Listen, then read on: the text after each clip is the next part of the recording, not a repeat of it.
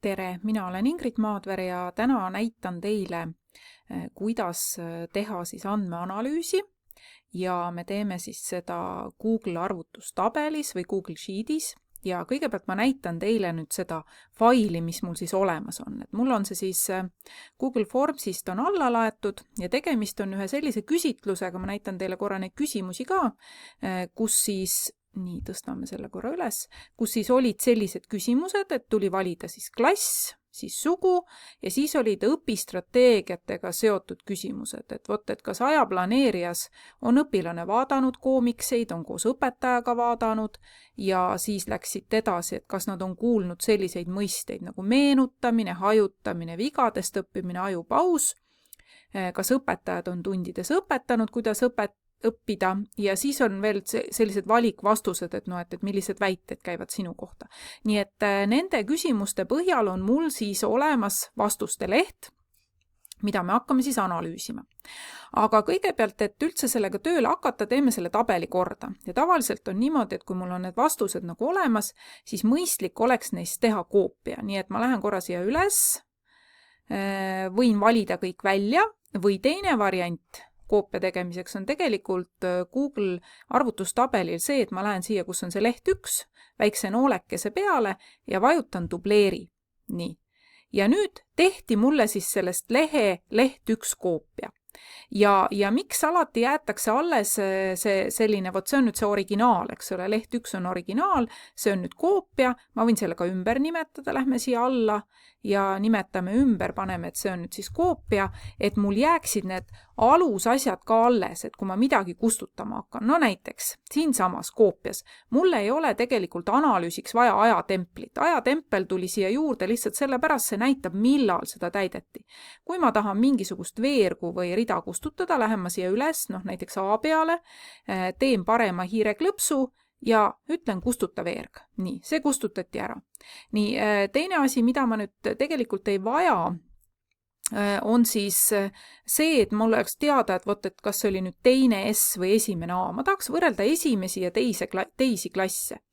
Ja selleks nüüd, kuidas siis see nagu korda teha, siis selleks on üks võimalus selline, et me teeme siia juurde ühe siis veeru, lähen siis kõigepealt selle B peale, teen parema hiireklõpsu ja valin sisesta 1 veerd vasakule. Ja paneme siis siia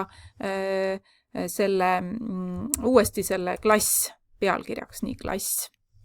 Nii, ja nüüd siis ma teen sellist asja, et ma kasutan filtreid. Ja filtrite kasutamine on see, et ma lähen siia ühe peale, valime kõik välja. Nii, nüüd ma toon endal siit ülevalt uuesti need menüüd ka ilusti nähtaval, et te kõike siit ülevalt ka näeksite. Ja nüüd, kuna minul on arvutiekraan väiksem, teie võib-olla näete, ma valin rohkem ja otsin sellist lehtrimärki. See ongi see loofilter, nii et ma klõpsan selle loofilter selle peale.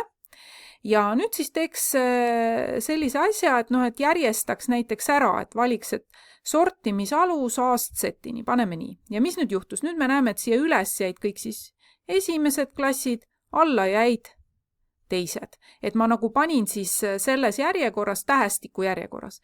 Ja nüüd, kui ma siis lähen, kirjutan siia number 1, nii, ja nüüd siis lähen uuesti selle 1 peale ja kus siin on, vaadake see väike pallikene, lähen hiirega selle peale ja kui ma nüüd lohistan seda siia allapoole, vaatame, teise klassi peale kuni esimese A lõpuni korras, siis nüüd näete, nüüd mul on siin 1, eks ole, et mul ei ole enam seda A-d siin taga.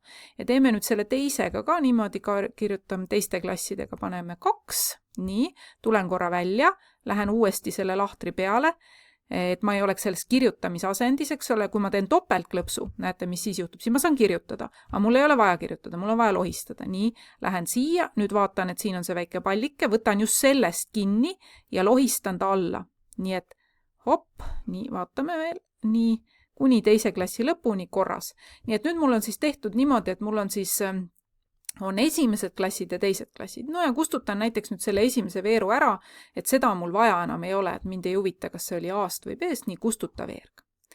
Siis mida veel vaadatakse, ega selliseid tühje vastuseid ei ole jäänud palju, et mõnikord mõni alustab täitmist, aga pole kaugele jõudnud, et ma näen siin ka, et mõnel on jäänud tühjaks, las jääda, aga ta on teistele küsimustele jälle vastanud, nii et ma vaatan praegu üle, et see tundub, et nüüd on päris ilusti korras, nii et nüüd ma saaksin siis tegelikult selle andmeanalüüsiga pihta hakata.